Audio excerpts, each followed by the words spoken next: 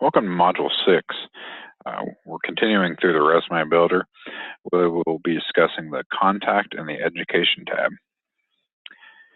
The Contact tab is pretty straightforward. A lot of the information is pre-populated from when you register the account. So you'll see here first, last name, address, email address. Just note the email address here can be different from the username, so they can change it here. If they change it here, it does not update the username. They would have to update their username in their account settings. The county is not collected during registration, so you would have to put that in. They can put any additional phone numbers, or if they have a LinkedIn profile or a different website they'd like to highlight. And you hit save. If anything was incomplete, it would prompt you to complete them with a red message. Then you've got the education section.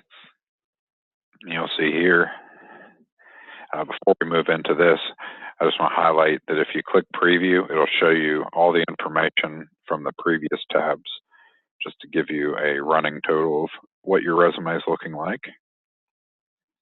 You can even preview it in the different formats, with bullets, without bullets. You can change the experience to highlight the education first, which we don't have education there yet. You'll see here, we start out with enrollment status and education level.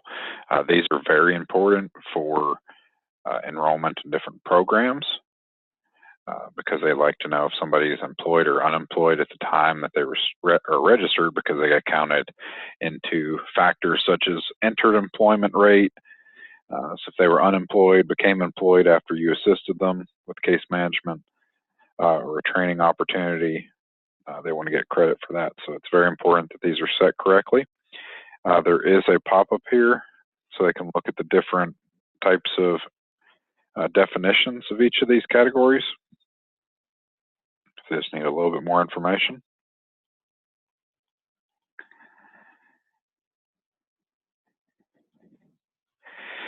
Now there is a cross edit here. If you select, when you select your education, highest level of education completed, if you put anything at high school graduate or higher, it will prompt you to enter that information so that it can be displayed on the resume. So if I put in high school graduate, it will make me put in high school information here. If I put something higher, same thing.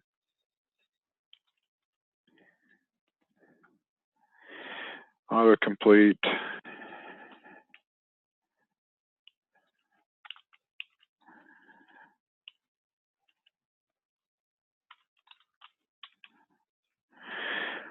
Now you can put a partially completed degree. So if you're enrolled and you're expecting to complete in the future, you can select this option. Otherwise, you'll just put the date that you completed it.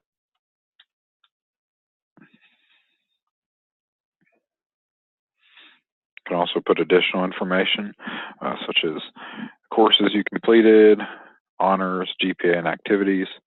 If you have more than one education you'd like to enter in here, you just click Add Another Degree. And at any time, once you have a list of them here, you can delete them by clicking this. There's another section for occupational licenses that you can put in. You can add, delete, just like you can for the degrees and diplomas.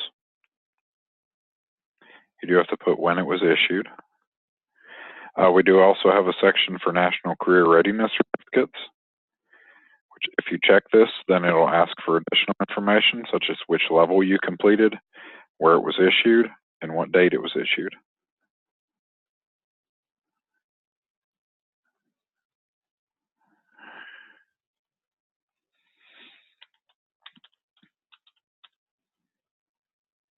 Driver's license is a required field, one of the few on this page. The only things that are actually required are the enrollment status and education level.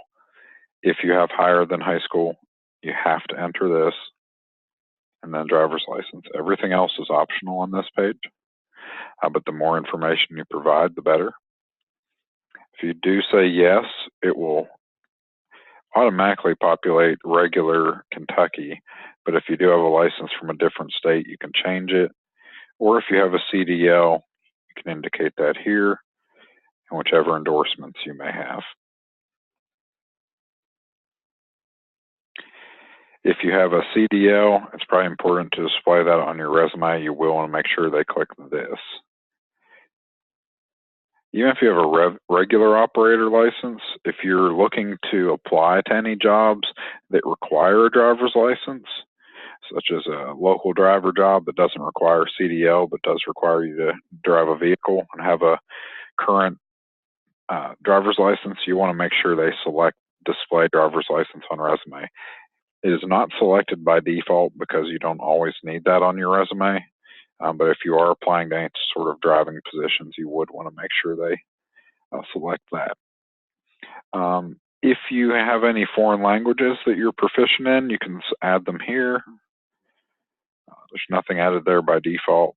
And some skills get sent over from the resume or from the work history, and they populate here. You can add additional skills that were not highlighted in your work history that may be outside of your work history, just things that you are proficient in. Anything you might want prospective employers to know about you, additional skills you have. Now there is a section on the add-ins section that will allow you to put technical skills in there. There's also some other additional add-ons that might help with that as well. So this is just basically a running list of skills. It's good to have that on the resume.